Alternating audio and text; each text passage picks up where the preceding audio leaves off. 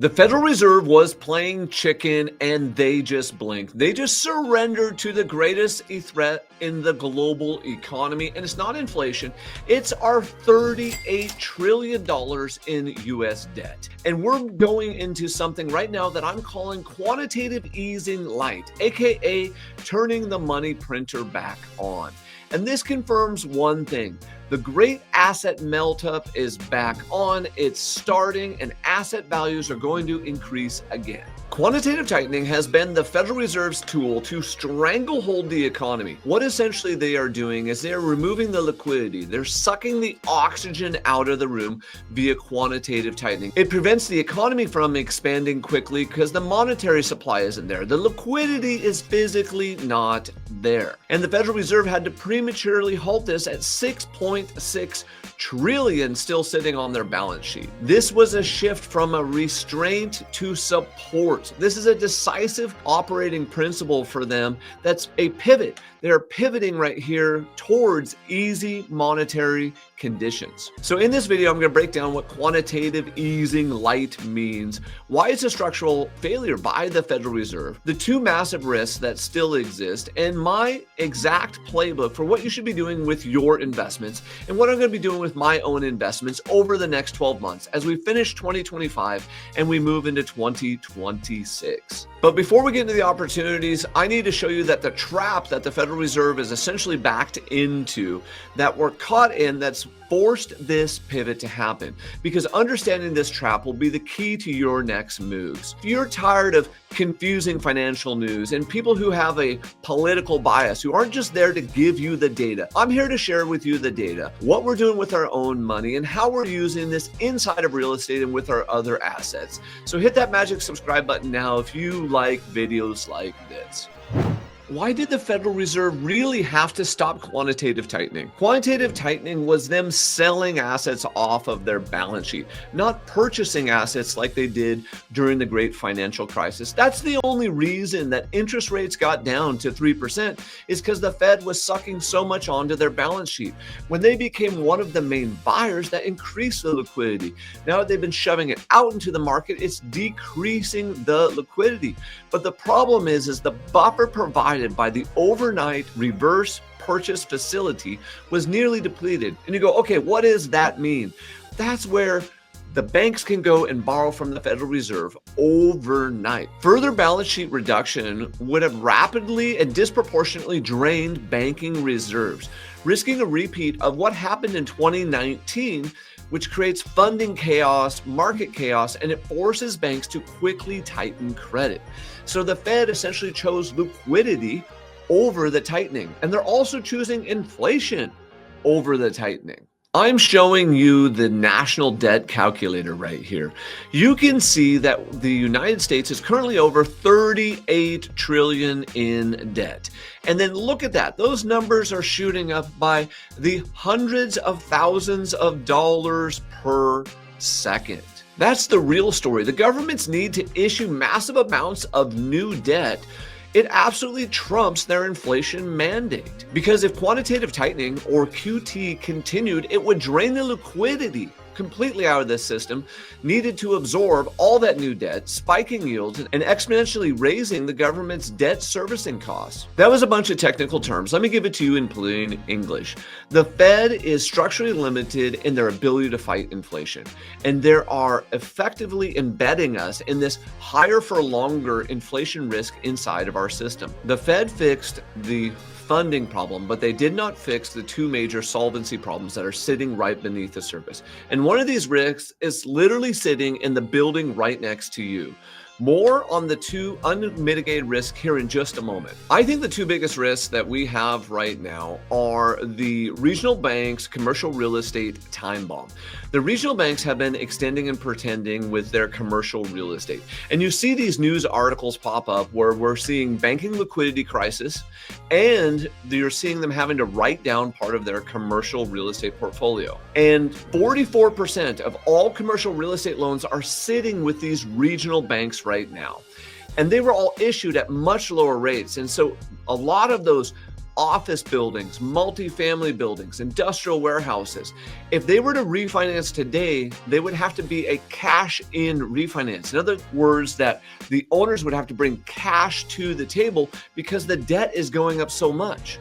So the banks have been doing this extend and pretend, and we have essentially this looming maturity wall that's headed towards us right now. So regional banks have access to the Federal Reserve backstops, which solves their liquidity or their immediate funding problems, but it doesn't solve the quality of the asset problem or the quality of the loan problem. Risk number 2 is the private credit bomb. This second risk is in the less regulated market of the non-bank financial institutions sector. What these are this explosive growth in private credit. You have these entities that lend private credit out. They lend it out to high net worth individuals, they lend them out to small businesses, things of that nature. They go borrow large chunks of money from these regional banks, but these regional banks don't have these bad loans or these risky loans sitting on their balance sheet right now. They're outside in another institution. But the money still came from the regional banks, from the local banks. It's all still part of the same pie. And what's happened is, as competition rose, the leverage factor, the underwriting factor started to loosen up, which has the possibility to lead to widespread disaster and corporate defaults and in high net worth individuals should the market transition or change. So the Federal Reserve is working on getting ahead of this. Hopefully now you understand that the system is fundamentally fragile right now. But because of the Fed's intervention, the cost of capital is going to basically trend down. It's going to get lower. There's going to be more liquidity inside the system. And this is what's creating that massive opportunity if you know how to deploy capital, if you know how to buy the right assets. But first, if you can do me a quick favor, hit that like button, share this with someone who needs to see this, because we're going to talk about the investment playbook, how you should be positioning yourself, what we're doing with our own money, and how to benefit from the great asset melt-up that we're still going through right now. So you need to understand part of our thesis. Part of our thesis is you need to be in a slightly defensive position that is positioned for the upside potential that is not over-risked or over-leveraged. And let me explain what I mean. As debt gets cheaper, there are certain sectors that are going to grow. And so if you have things that are fixed income, if you have things that are based on asset duration, if you have items that can grow because of cheap debt, aka real estate, aka technology, aka manufacturing, then those are things you should be exposed to. But how should you be slightly defensive? Don't go getting into bad debt today. Hold a little bit more cash. Pay down expensive debt and look at refinancing your debt. Refinances right now in real estate have gone up double digits here in the last few weeks. Why? Because rates have started to trend down, which is creating refinancing opportunities. Also, you're seeing this in things like lines of credit. I've seen some of our business lines of credit get cheaper. I was also just sent an email by one of our stock portfolio providers that my line of credit against my portfolio is now under 5%. That is insane. That's cheap money today. And so how can you be looking at creating asset allocation towards these rate sensitive sectors? And I'm talking, I mentioned it already, but like tech, communication, services, discretionary names, because the great asset melt-up that is continuing is guaranteed to be fueled even more by liquidity. Watch what the Federal Reserve is doing. See, when they do something, and they're saying something over here and they're talking about this one little piece over here, and then they come out and give all these press conferences, pay attention to what they're barely saying in the middle. And what they're barely saying in the middle is we're stopping quantitative tightening in December. And that quantitative tightening actually turns into quantitative easing. How does that happen? Because their balance sheet will now start to keep up with GDP, which means there will be some balance sheet purchasing. They're not going to repurchase mortgage-backed securities, but as they roll off, they'll be purchasing treasuries. This provides more liquidity. As this happens, expect rates to go down to 6 or maybe even slightly under 6, which means for my real estate people, we need to be looking for deals today during deal season that make sense. If they make sense today with a reasonable down payment, as rates trend down, the deal is just going to get even better. For my first-time home buyers, you need to probably hurry it up. And what I mean by that is right now it's looking like the spring market is going to be much busier than the fall market. So go now when they feel beat up, while the government's not back to work and consumer confidence is not super high. We are getting our buyers closing costs paid, good inspection timelines, and some of them even interest rate buy downs. For your sellers, you need to consider whether right now is the right time. It's going to depend on where you're moving to. For my commercial real estate investors, we need to take a specific long-term horizon and a specific look at the sectors in which we're going.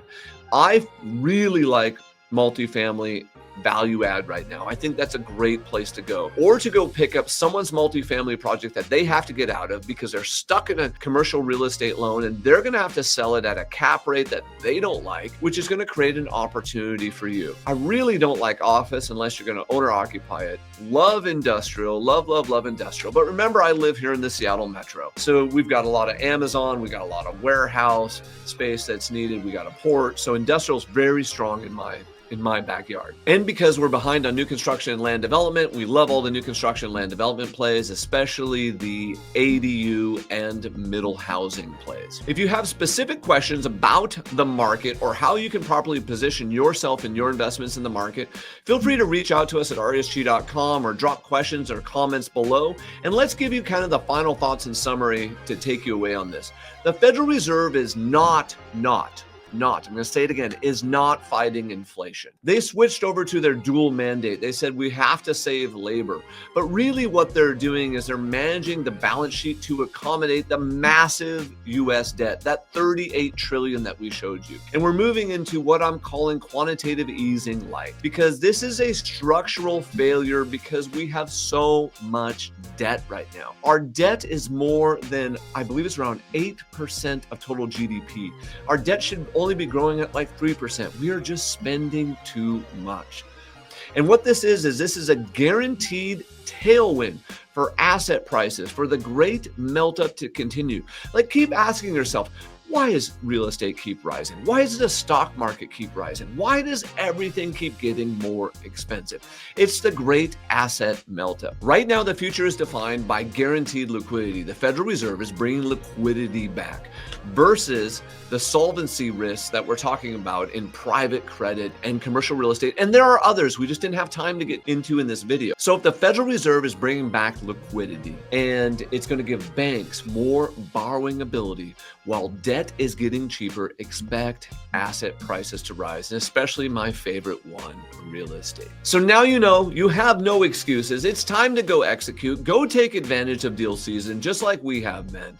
And let us know how we can help you with real estate here in the Seattle metro, or anywhere for that matter in the United States. And drop your questions and comments below, because we want to keep this conversation going. These are opportunities that only happen once in a while. And I really feel like this is 2012 all over again. We've kind of hit this inflection point in real estate. Real estate is going to move out of its recession, which is going to create massive upside opportunity for you.